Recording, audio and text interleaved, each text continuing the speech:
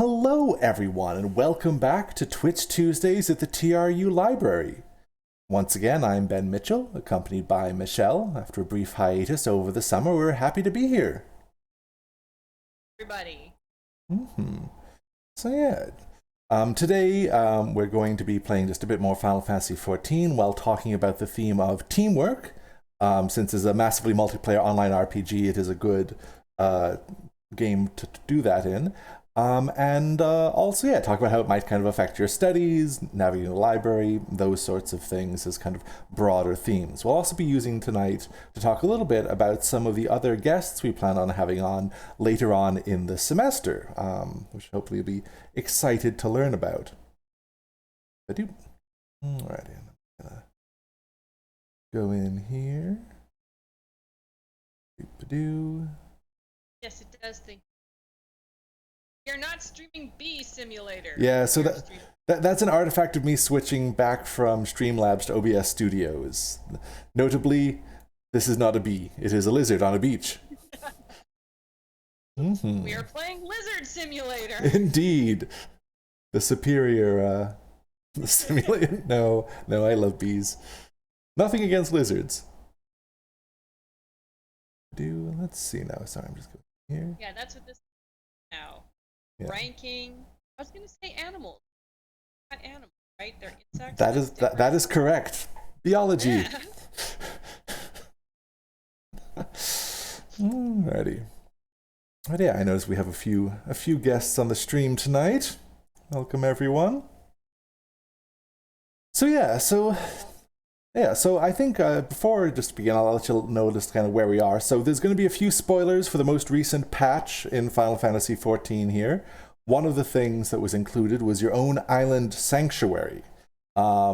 This was, in some ways, again, it's fascinating the way these games work, that they're kind of like try to be a game of games, right? Like they were like, oh, everyone's loving Animal Crossing, so we're going to try to do our own thing in it. This is the island sanctuary. It's kind of actually the opposite of the theme of teamwork, right? Because it's all about just like being alone in your own island as a space and getting to just build your own little things, you know, kind of slowly develop it over time. But at the same time, right? Need that. Oh, sorry. You do. I do need that sometimes. It's true, right? I mean, so that's I think the first kind of like the first thing to keep in mind, I guess, about teamwork is that like sometimes you need to just also do your own thing or find ways to like structure a team activity in such a way that people can then go on and do their own things with it. But I thought this was actually also kind of a neat kind of place to start off, because I don't know, it reminded me of that like John Donne poem, you know, where it was like no man is an island entire of itself. Yes. And then it became the title of a Hemingway novel and what have you. Because that is the case even here. I think one of the interesting things about this place, right, is that like you do have all of these helpers, but they're all mammoths or kind of like little kind of automaton people, right? I think that's really interesting. I mentioned before that my background is in history of science and medicine, and there's this famous concept in the history of science, which I think I might have talked about on stream once before, called the invisible technician. This view in like 17th century natural philosophers like Robert Boyle, for instance, in their publications would show how their experiments were set up, but rather than showing, you know, like them doing the dirty work, they'd actually have little cherubs or putti, kind of like these little baby angels doing the manual labor of their experiments, while the kind of natural philosopher kind of like read from a book and instructed from a distance, to kind of like making invisible the actual kind of like, you know, yeah, that this wasn't the work of just one person, but they had an entire system set up for them. And I think in some ways it's interesting in this regard too. You have this island sanctuary that's supposed to be all yours, your very own, but they also still kind of emphasize that you have all of these mammoth helpers to help you do everything. You couldn't do it without them. Everyone, at least bought Butler, right? I mean, that is true. To be fair, I'm just gonna, while I'm here, harvest some things. I think that's the of Alexa. The other one. Alexa's the other one. Yeah. Yeah. While you're having alone time, you've got this backing you up. It's true. It's just not have to socialize with them. there is also that. But yeah, so That said, the increasing severity of based on how well they can mimic a human, right? I mean, that's true. There was this actually really interesting recent video by Jacob Geller, who's a YouTube video essayist, who actually kind of explores the history of automated therapists and attempts to kind of get people to like talk about their feelings to a machine that apparently goes back much earlier into the early 20th century than I realized. Which is quite interesting. Trying to find that balance between the anonymity of knowing that you're talking to someone who's kind of not, by definition, cannot judge you, but also is human enough that you will respond positively to. I don't know about the lack of.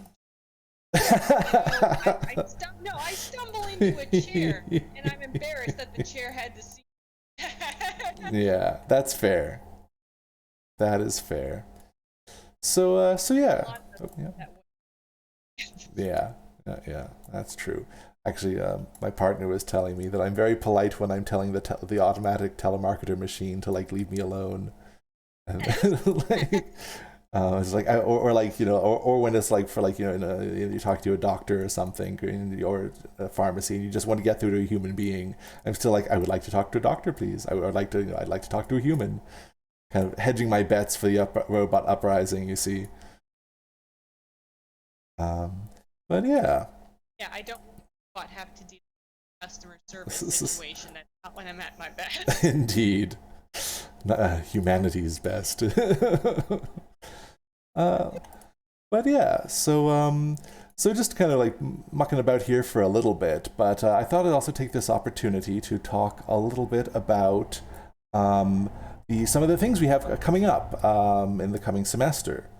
So one of the things we're hoping to do, I've already been in discussion with some of the folks at Kapluckton. We're going to be talking to someone from there. For those of you who don't know, that's the Indigenous Student Center here on campus. While talking about Indigenous representation, talk about like Kapluckton, who they are, what they do, how they can help you, particularly if you're an Indigenous student here on campus. But also talking a little bit about the history of Indigenous representation in video games, which is increasingly like the representation is getting better, but has quite a meandering and sometimes concerning history. Strictly not ideal. Right, like most colonial media, like film and stuff as well, which we can talk about as well, because they are like, you know, connected. I don't possess any eligible items. Oh, I'll wait to make food. That's true. I think I played that had younger as pardon the lingo, but the Indian in the cupboard. I made a video game out of. Oh wow, I see. Yeah, I think for a lot of settler kids, that story was their like first introduction to Indigenous people, which is saying something about society, but or at least settler society.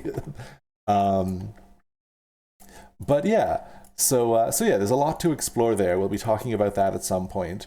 Also, we'll be meeting with some folks from the social work department as well, to have a bit of a talk about what they are, why you might be interested in doing social work as your main program, and yeah, well, potentially playing Papo and Yo, which is a really interesting game, kind of a puzzle platformer, kind of very fantastical and imaginative, but also about a very serious topic about, you know, how a child navigates a fantasy world when dealing with a parent with substance abuse problems. So gonna have a lot of feels. Gonna have a lot of feels for that one when we talk about it. So just so you know.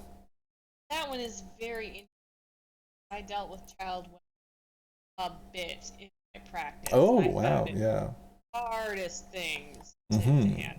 Understandable. I mean, hopefully we can make sure you're around for that particular one, because they actually, like, I have to say, the folks in social work were very excited for me to reach out to them. That was really cool.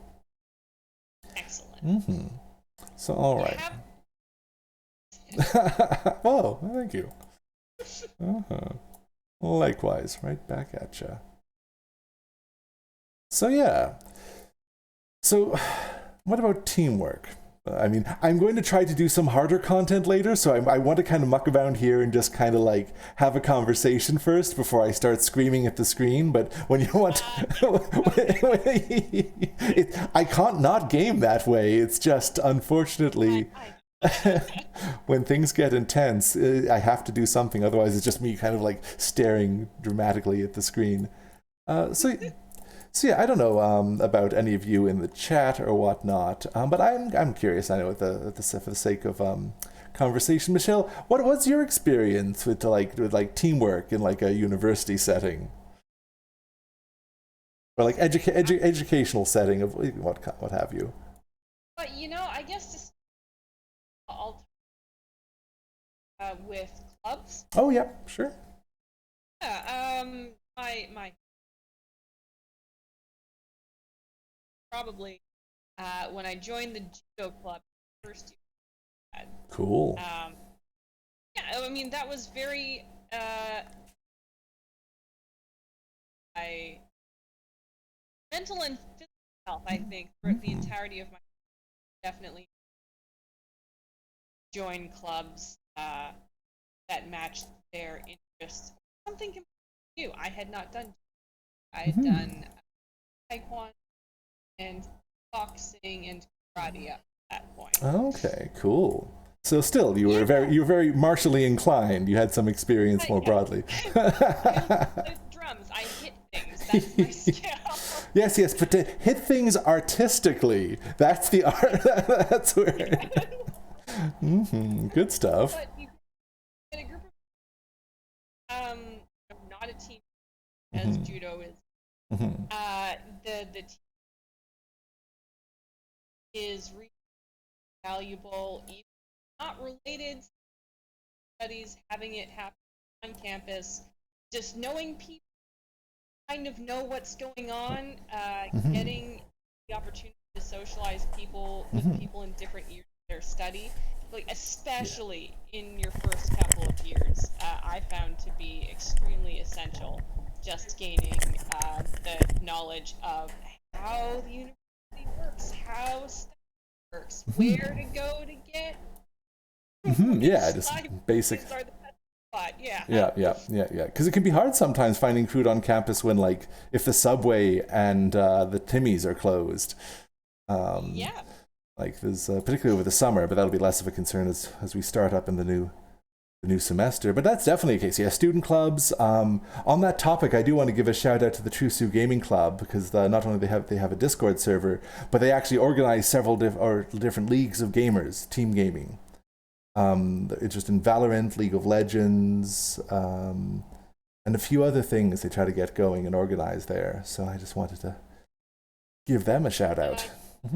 Yeah, the audience watching would probably be interested in the gaming club. Yeah. I'll be poking around, talking to folks. There's the student society kind of event is happening this week as well. If folks are interested, that is happening on. Oh wait, no, sorry, not next week. The 15th, September 15th is Clubs Day from 11 a.m. to 3 p.m. If those of you are interested in getting more involved in clubs, that'll be a good day to come on campus and check out what's going on there. And you might run into me.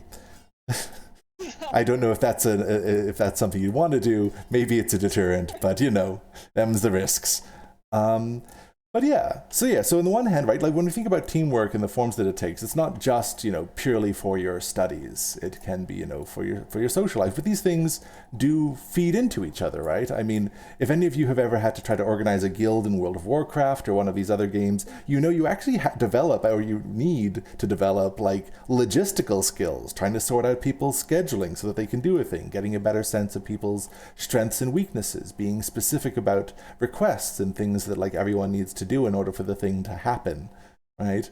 I mean, and those are real life skills. When I went on things, that is what I needed to do. Student club is where I got my first experiences with it, so I'm super valuable. Good stuff. Very much Yeah. so, yeah. So it's like, yeah, it's not just gaming. You're participating in team building exercises. Smack that on a resume and call yourself skilled. Yeah, yeah. So yeah, so that's the thing, right? Like it's not these skills are very eminently transferable. Now it is true, right, though, that you're doing kind of like teamwork in a usually in an academic setting, the environment is much more. I don't say. I'm gonna say it limited in some ways, right? Because like you have everyone's there not because they love judo, for instance, but because they're in that class and they want to get that grade and they want to like do that thing. And so you do Right. encounter like different degrees of motivation in that setting, which I don't know. I'd like to think, at least in my experience, is usually more contained to an educational setting rather than real world settings, but not always the case. I think I've been lucky in my own experiences. I do think that librarians are particularly team players on average than say perhaps, yeah, yeah, than say in some other settings. Because it can be, and you see it too. You see it too in gaming settings, right? Like, I mean, I mean, not to put too fine a point on it, but you notice it particularly since like I don't often do my big raids and stuff with my group here in Final Fantasy XIV. I do what's known as a pickup group, or sometimes colloquially known as a pug. And those are just random people, so you don't actually have like an ongoing kind of dynamic with them. You don't know who they are. They don't necessarily know who you are, and that's why pugs have a bad reputation in video game worlds for being full of people who just are dysfunctional, who don't work well on a team, who are like always blaming someone else for their mistakes, or just like don't want to follow instructions to like just to make sure the thing happens. And those sorts of things. So I even think, like it's a little bit tongue in cheek, but not entirely, that actually seeing how things go wrong in video game kind of like group activities can give you insights into how things go wrong in educational settings or even work settings when it comes to, collaboration and teamwork. Yeah, if no one wants to be there and everyone is just out for themselves, it does not go well in the real world. Yeah. And communication issues, that's a huge thing, right? Like different people communicate in different ways. Some people prefer email, some people prefer like, actually being meeting, or, having voice chats or what have you. I personally tend to prefer emails and virtual communication just because I really like being able to reference things later, being like, oh, what exactly was I asked again? Like, because I can interpret things strangely, or at least I interpret things potentially differently than other people do. So being able to go back to the specifics, like, no, they said this, I'm going to like try to do that, can sometimes help me orient myself. And conversely, also, when other people are like trying to read my instructions, I try to be very clear with what I'm asking or what I'm hoping for from an activity. Even when I'm inviting people onto the stream, for instance, I tend to give them perhaps a lengthier email than they'd like, just like letting them know roughly how I think it'll go on, and if they like have any thoughts on that, or if they'd like it to go differently. But again, communicate. From a law perspective, I prefer email as well. One, again, to reference back to, I forget things, I like to put them in the calendar. But also, because of the CYA aspect of it, where I can point back CYA. YA. That is cover, and I think... I see. Yes. Yeah. But that is, it's very nice to act if something does go wrong. Say, actually, I did say that. Here's where it happened. Was sent. Yeah. You can reference it in your archives. That's true. And conversely, for those in management positions, I think there's nothing worse than just getting an email that just says, call me. Like, I don't know, both either the person has anxiety, or they're like, what do they need to talk about that they don't want to put into writing? Like, that's another thing, again, in terms of like different communication practices. Right? I think that's generational as well, though. I was setting up at the Kamloops Target Association next weekend. Oh, cool. And the site says call. So I emailed. I got an email back that said call me. Oh. And to me, as a millennial, I go, oh God, oh no, what's going on?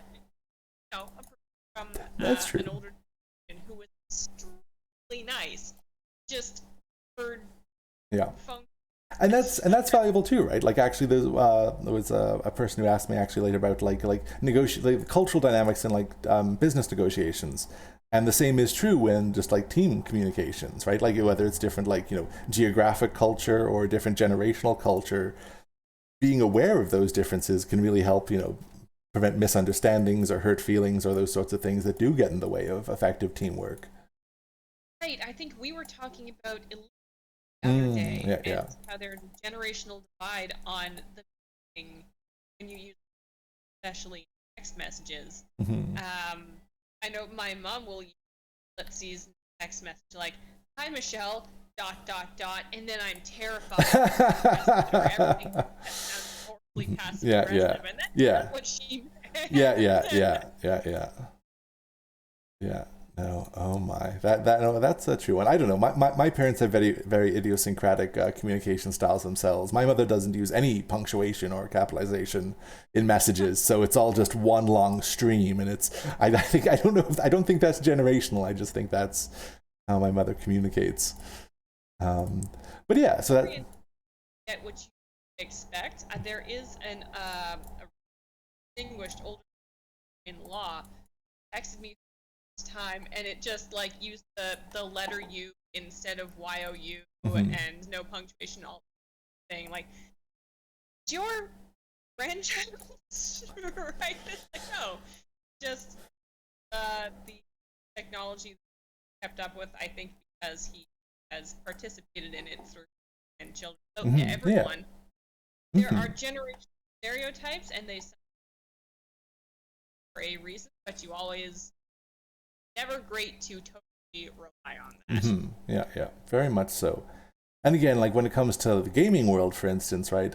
That's why it's so important. A lot of like static groups or like teams that play games like Final Fantasy 14 Online have voice communication versus in addition to text communication, right? Like that's why Discord, which Michelle and I are talking over right now, has been so helpful for gamers to communicate, so that you can actually do both things in a gaming setting. Because for some of these events and activities, you need to be well coordinated, not just well coordinated, but well coordinated in real time, which is one thing that, like, generally when, the librarians are like communicating with over email, was it Elizabeth likes to say, there's no crises in the library? Right. Though speaking slightly change of topic, but just as I remember it, speaking of new library things too that you might be interested in, we now have access to the Criteria collection of movies. These are more recent movies. I know Everything Everywhere All at Once apparently is on there, and the new Dune movie. It's actually quite an interesting collection of films. So I also just thought I want to bring people's attention to that you can actually access it through the library's website. If you go to, is it databases, Michelle? And just type in on demand. Sorry? Yes. Should be databases. Should be databases, not the Discover. Not Discover. You have to go to the tab over to databases. Search on demand, and it will get the Criterion on demand, which you can log in as a student or staff or faculty member at TRU to watch yourself some movies. Yeah, that was just an aside, but I wanted to get that in there. That is actually excellent. I'm so glad you reminded me of that. I'm definitely not navigating over there right now. See, teamwork, sharing information. Yeah. Because you never know who might want it. I did a number of group activity, like team events, or clubs when I was an undergrad too. I was in the theater and creative writing and film. It's kind of honestly how I tried to make friends, because I didn't know how to do it in the kind of like, how do you do, fellow peer student of mine, sort of way. Because I've always kind of been a bit odd. But it meant I got involved in a whole bunch of different activities. I was Van Helsing in a production of Dracula, and I was the angry old man in 12 Angry Men. So, the perks of being bald when you're 18, you get typecast a bit. But I have an actor friend who's much younger than me, but he has a so he does get cast to play the old. And it's very upsetting for It was extra ironic because I was actually a bit unwell during that, and so I was like, I'm going to take my meds during a live performance. It's fine. it's on character. I need to take it in the evening anyway. This is just, this is method acting is what it is. Oh my. Yeah, yeah. People let Jared Leto do this all the time. It's Uh-huh. okay. It's always weird dudes too. But yeah, so all right. So I think you've probably seen me harvesting minerals and things from my island enough. How about we try getting into some of the harder trials? So, Do it. so to give you a bit of a sense of where we're going, so this is a place called Pandemonium, which is actually, I think, originally is a reference to Milton's Paradise Lost. I think that's the first reference to it. It's actually the abode of like the devil. It's just pandemonium, like all demons, I think. Demons All demons all the time, indeed. Kind of in the lore, this is kind of like in an early like pre-society. So we're actually also going back in time, when the beings were like twice the size that they are now in terms of the humanoid beings, and they have access to creation magics. But sometimes things go wrong, and they get sent to this kind of like prison / research lab. It's a thing. So let's go into the first one. Well, I can just run down the list if we have time and people feel like it. But dupe, and let's see how I do. It is a little bit challenging. Well, what do you think, Ben? I'm from student group. Mm-hmm. What do you think about in academia? What's your experience? In academia writ large, I mean, in my background as a historian, historians tend to be kind of misanthropic when it comes to teamwork, which is unfortunate. I feel like I was missing out now. Like honestly, having switched more to librarianship, I think that it is you can do better scholarship in teams because people are always going to you can't know everything, you can't do everything, you're not going to be the skilled at everything. When it works well, teams really allow us to kind of be our best selves when it comes to our research activities. A really interesting team, and Law and her husband, whose name I'm getting right now. They have a lovely bunny named Henry. I remember that. The important things. Yeah, gotcha. But Ruth is a law professor, and her husband is a professor of biology. And together, they do some very important about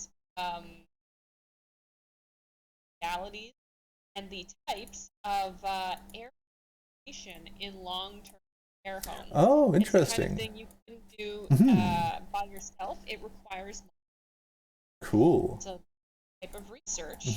Interdisciplinary. Yeah. Very much so, right? And for like medical librarianship, you might have heard of systematic reviews. Those are very much team-based, where they actually try to like, in a very systematic way, scan in a huge body of medical literature to kind of produce a broader sense of the state of the field, as it were. And that, again, it's just when it comes to medical research, that's too huge for any one person to do. But those do tend to be people who oftentimes have a similar professional background. But yeah, I think people's taste of that maybe coming after a couple of as an RA, you often end up summarizing a lot of research that the professor needs. So that's your first taste of that kind of teamwork. Yeah, and that's another big thing too. If you're a research assistant in any capacity, like technically, I mean, I know it doesn't necessarily look like it because there's the hierarchy. You feel more like you can feel less like you're on a team and more like you're in the service sector. But really, a lot of scholarship couldn't happen if it wasn't for research assistants. Like they need to get a lot more credit.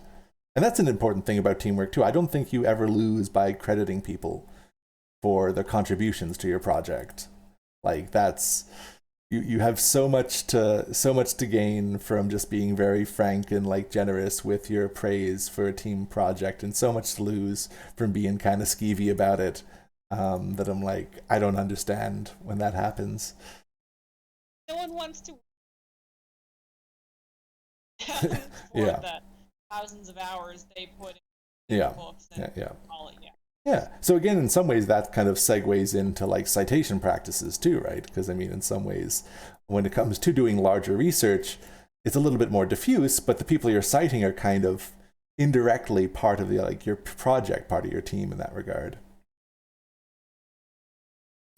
One Q. Everyone. Uh-huh. Oh, there we go. All right, we're going in. Hey, let's do this. Pandemonium. Let's shout at the screen. Let's see, Proto Carbuncle.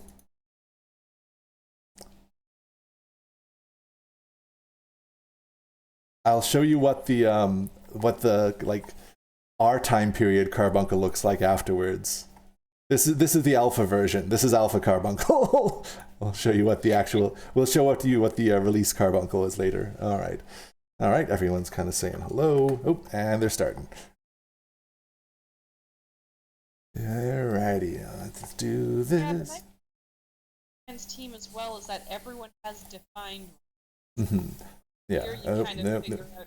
Oh, I guess this is my class. I should know what's going on. I'm the cleric. Yeah. There's like at least kind of that part of that is like pre-made in terms of there's the DPS classes. They're going to be dealing the damage. There's the tank classes. They're going to be getting the attention of the boss. And then there's the healing classes who are going to be making sure their party doesn't die. That's the important of. Yeah. Yep. I got distracted by that. Oh yeah, that's actually that demon is our friend. That demon is not trying to kill us. Yeah.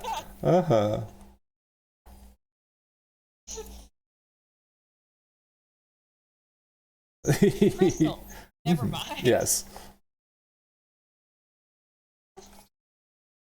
But it's still easier. Like playing and you know that your paladin, say it's D&D, is very quick with the laying on hands. Like that's what they've put their XP into. They're a paladin, but they can do a lot of healing. Experience with your team is very important in that sense, as opposed to a pickup team where I don't know. Like I don't know what the play style. Yeah. There's a certain kind of built quality to some of the classes. Like, for instance, a black mage is like probably going to try not to move at all if they can help it. They're one of those, just because the structure of their class is such that like they're going to get a lot more damage in if they don't move to disrupt their casting. So like if someone's going to like, linger a little bit too long and get blasted by the area of effect attack, it might be the black mage. Sometimes. In fact, I had one pickup group with a black mage, and their name was just Sorry Healer.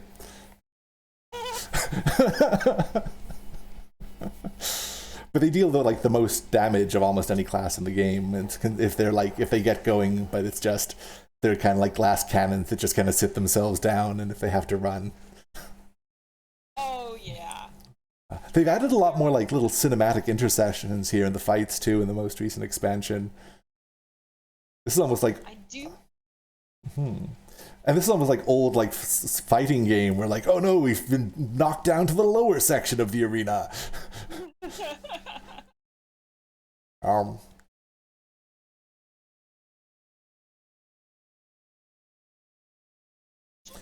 Alrighty, let's see now. Let's get everyone sorted and try not to get whacked.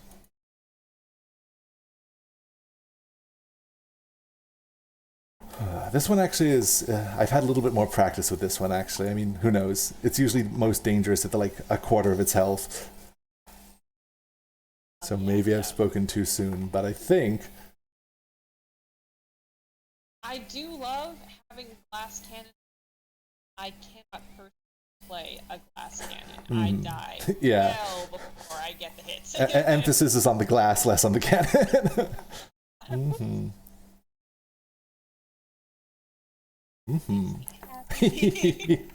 Civu plate armor.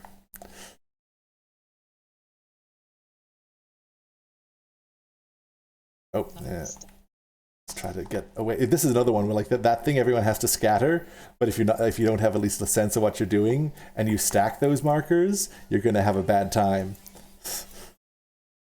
Oof. Important aspect of being well is in real life. Hopefully, if you're working together with academic setting or setting, you know who's being Yes. expected to Yeah, take yeah. on a new role. Yeah. And so you can keep an eye on it. That's very true too. And honestly, when it comes to like guild leaders and whatnot, that's like you can tell a really good, well-seasoned guild leader often by, like the way that they help explain things to newcomers. Or conversely, right, in those situations where like everyone's kind of new, how do you not stand on anyone's toes accidentally? Getting into their area of effect attack so you take double the damage. Okay, this thing can wreck me. I need to pay attention. 1, 2, 3, 4. All right. Are you directing the I'm not. I know I am not. He is directing the crunchy teeth. I am trying to get away from the crunchy. Oh, I survived. I've survived, but I'm still. Oh no! Oh God! He's eating me. I've never seen him do this before. Oh, the humanity. Oh, I was too slow, but wow. Okay, I didn't realize that was a consequence of that. Okay, yep. Thank you. This is why it's good to have two healers on two healers. I've been lifted up from my state of smushedness. Eaten. Well.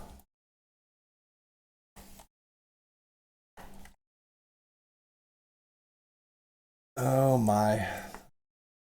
What are you playing? What's your class? I am an astrologian. That is what I usually main. So it is. Remember when I did the astrology one? Like that was the class I was there.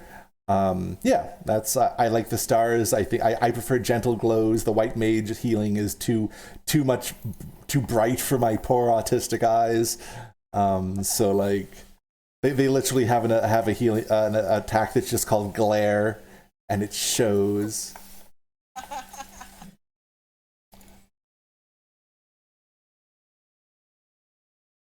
Yeah. Alrighty, let's try to get the last person rezzed from that incident we had there when one of the healers went down for some reason. Yeah, I know that I'm supposed to, help talking while it happens, but I'm getting into it. Fair.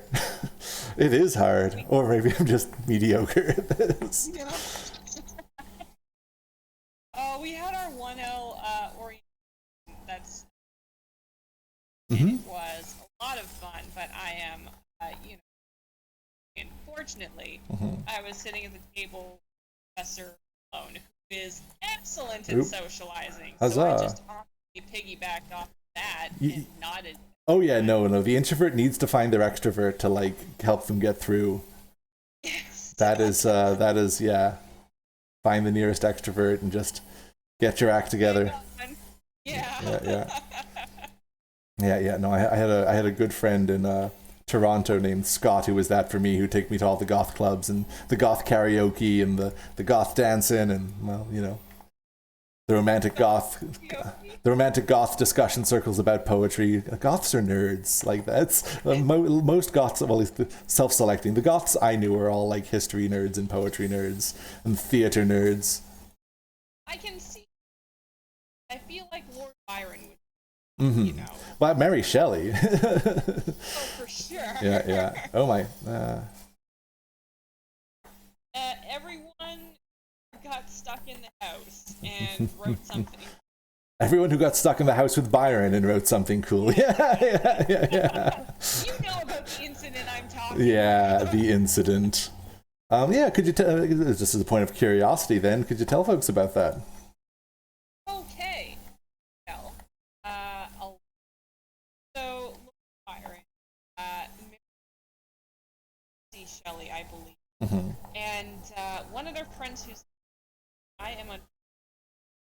They all got stuck at a vacation cabin about there was a large that year, and the winter was very, very bad. Not an them, but it caused a long winter. So they did not get to go out and do fun winter activities. And instead, and there are some accounts of this story, which is which say that, you know, they all retreated into their room. I've heard that version. I don't know if insufferably into literally everyone. They all decided to have a scary writing competition. And that was the birth of Frankenstein. That is where Mary Shelley idea that turned so the birth of science fiction happened in that house.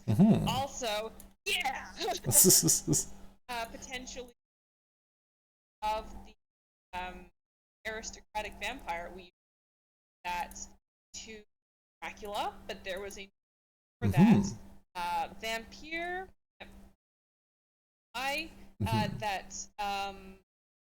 That Dracula was in large part based on. That was more popular. Dracula had more staying power. That was the sexy aristocratic vampire. So a lot of modern science fiction happened trying to Lord Byron being creepy. So again, yeah, on a team, don't be Lord Byron. Or do, because oh my. There we go. No one wants it there. But I guess it's like better for humanity. The rest of the party gets to dig. Oh my. Good stuff. Alright, so I think we have time for at least one more, possibly two, like that. Let's see.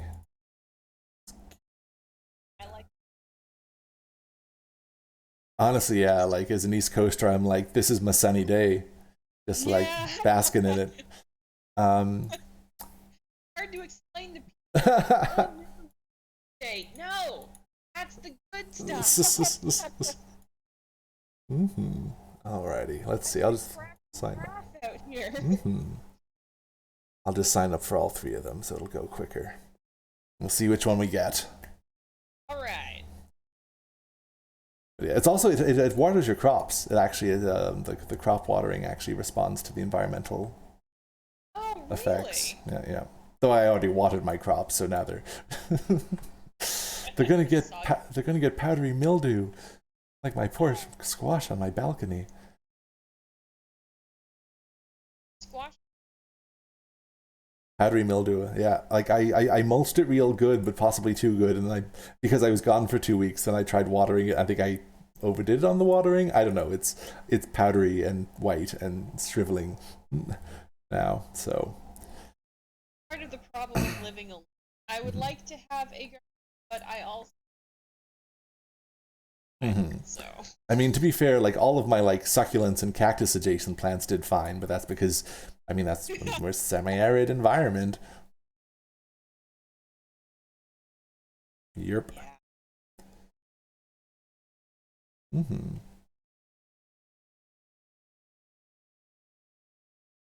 That's another aspect of it. Enjoy different things. You need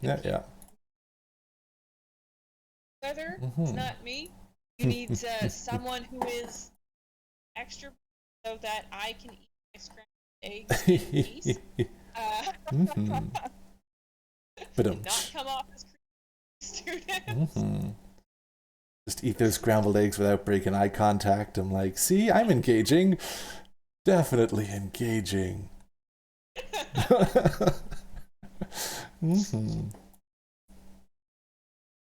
This is all the book had to do. Strong eye contact. I'm nailing it. Don't know if folks watch Gravity Falls, but there's a scene where the character Seuss is trying to learn how to date, and there's the whole like, make eye contact. And just like, just approaching all of the women in a mall, just staring at them and breathing heavily, and it's like, oh no. Oh no. I hate it, but that was my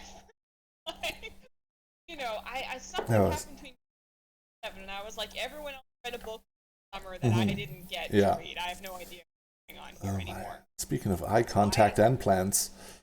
That's the. I tried to learn it like it was a thing that you could learn out of a book, and it was so Well, there's a. I read the word. I underlined and studied the word friend in all the dictionaries I found.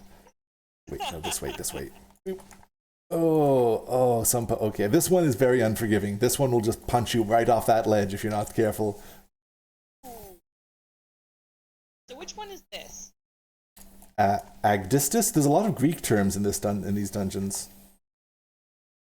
Wow. Oh yeah, I didn't show you the carbuncle. Oh.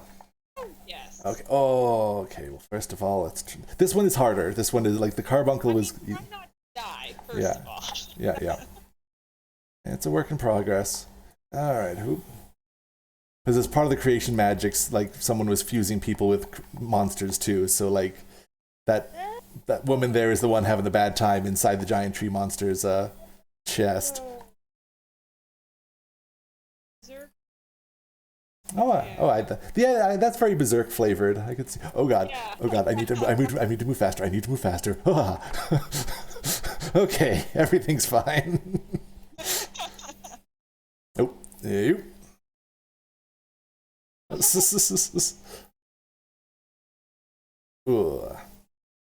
Boof.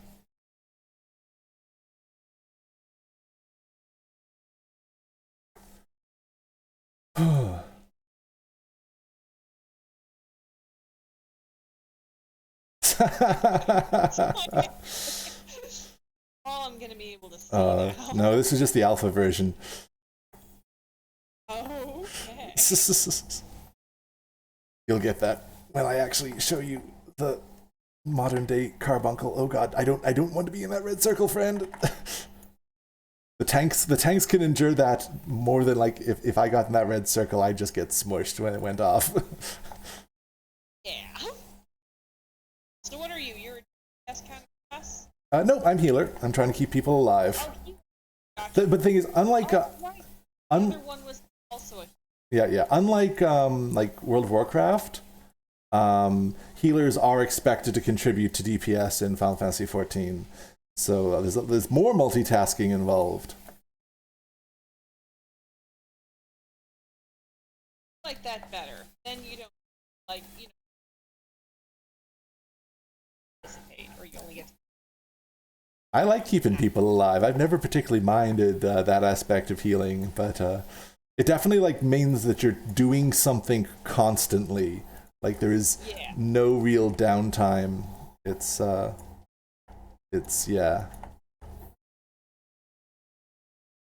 like so like if I'm not healing, I'm DPSing. If I'm not DPSing, actually Astrologian is a little bit more complicated because I have those cards that I'm throwing down to give my friends damage bonuses. Oh god. This is you like playing more complicated classes.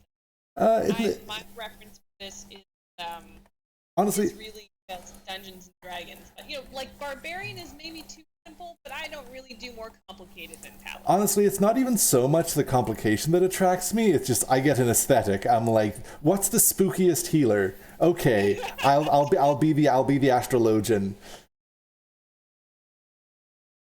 It is pretty. I have to give that. Oh. And again, the whole sensory stuff, like they get to dress in black. Most of their stuff is more star and kind of like, star thing. Oh, wait, and I need to get a little bit further. There we go. Oh.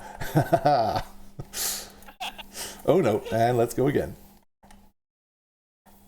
See, certain, like, battles, like this thing I imagine would probably disadvantage a black mage because there's a lot of running around to be done in this one. Well, I mean, that's enough. Is what it's going to perform best with what problem. Mm-hmm. Yeah, that's true too. This is the best. There are better situations usually. Yeah. Different. Yeah.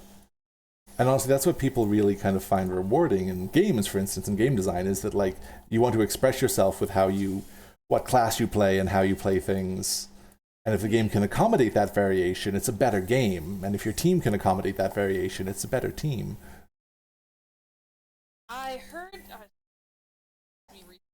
thought it was I was expressing my annoyance at my ability not to. And they said to me, you wouldn't want a band where everyone, right? Someone's got to play drums. Yeah. I think that's a great metaphor. Is you need different people with different skills.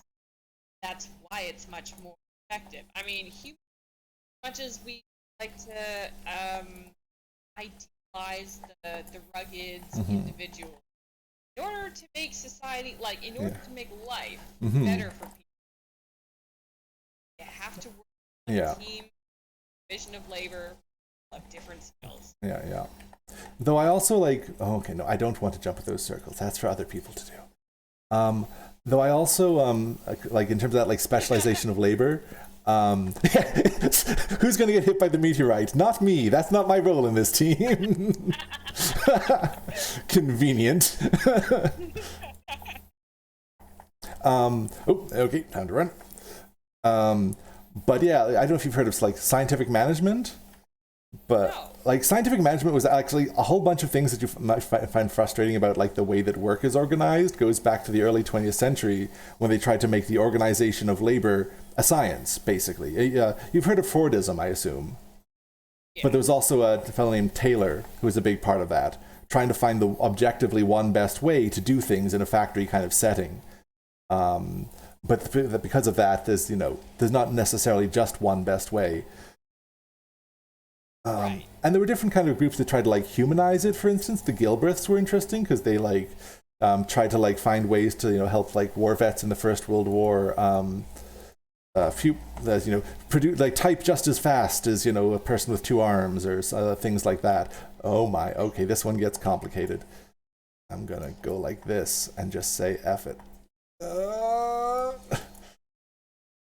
God, I have miscalculated. Oh no, I have skin in my teeth.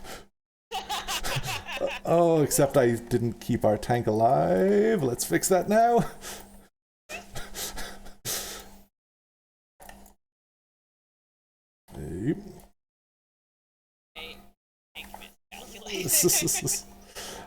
That is the thing about being a healer. You're like, don't get hit as much.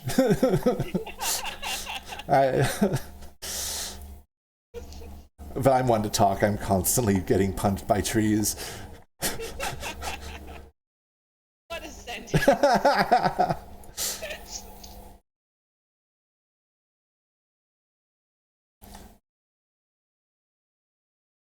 Okay, that's going to become solid eventually. Hoop. This is you can even tell people are getting more used to this as the patch progresses, because folks were getting absolutely wrecked by this when I started. Again, practice. That's like any skill.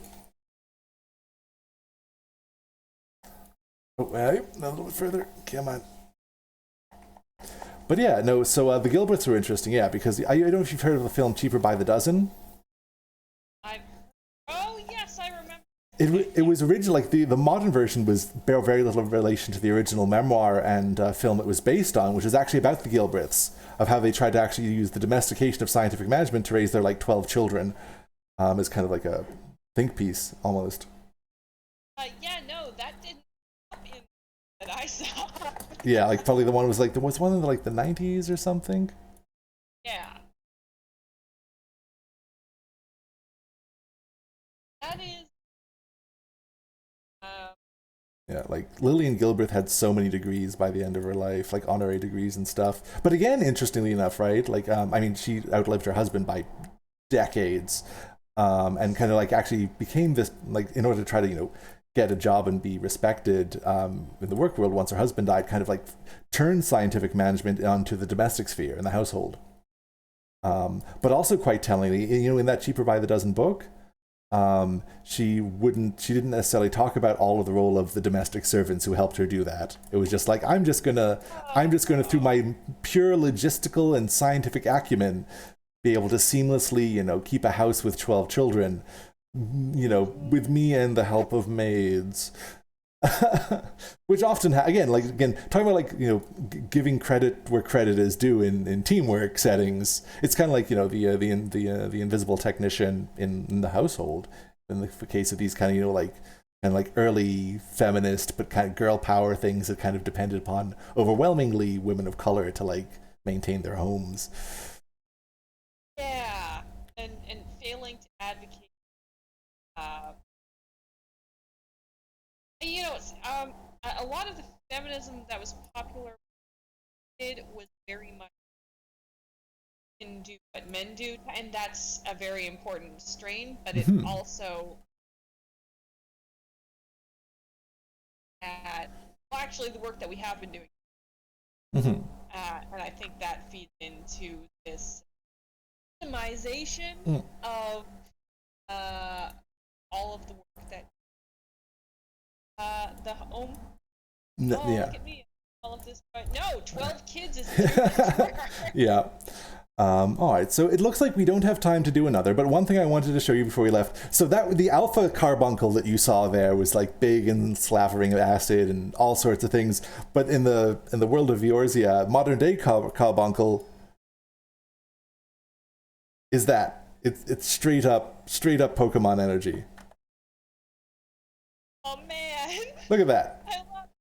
So like I don't exactly know what kind of like dark magics or evolutionary trajectory turned that thing that absolutely tried to eat my face into this little ball of light. But that's when most players talk about carbuncles in Final Fantasy XIV. That's what they're talking about. That little Pikachu looking thing. I love it. It's like a summoner's main companion. Like they can summon the big like Ifrit and demony things and Garuda the harpy looking one and all that. But their like baseline summoner companion is a carbuncle.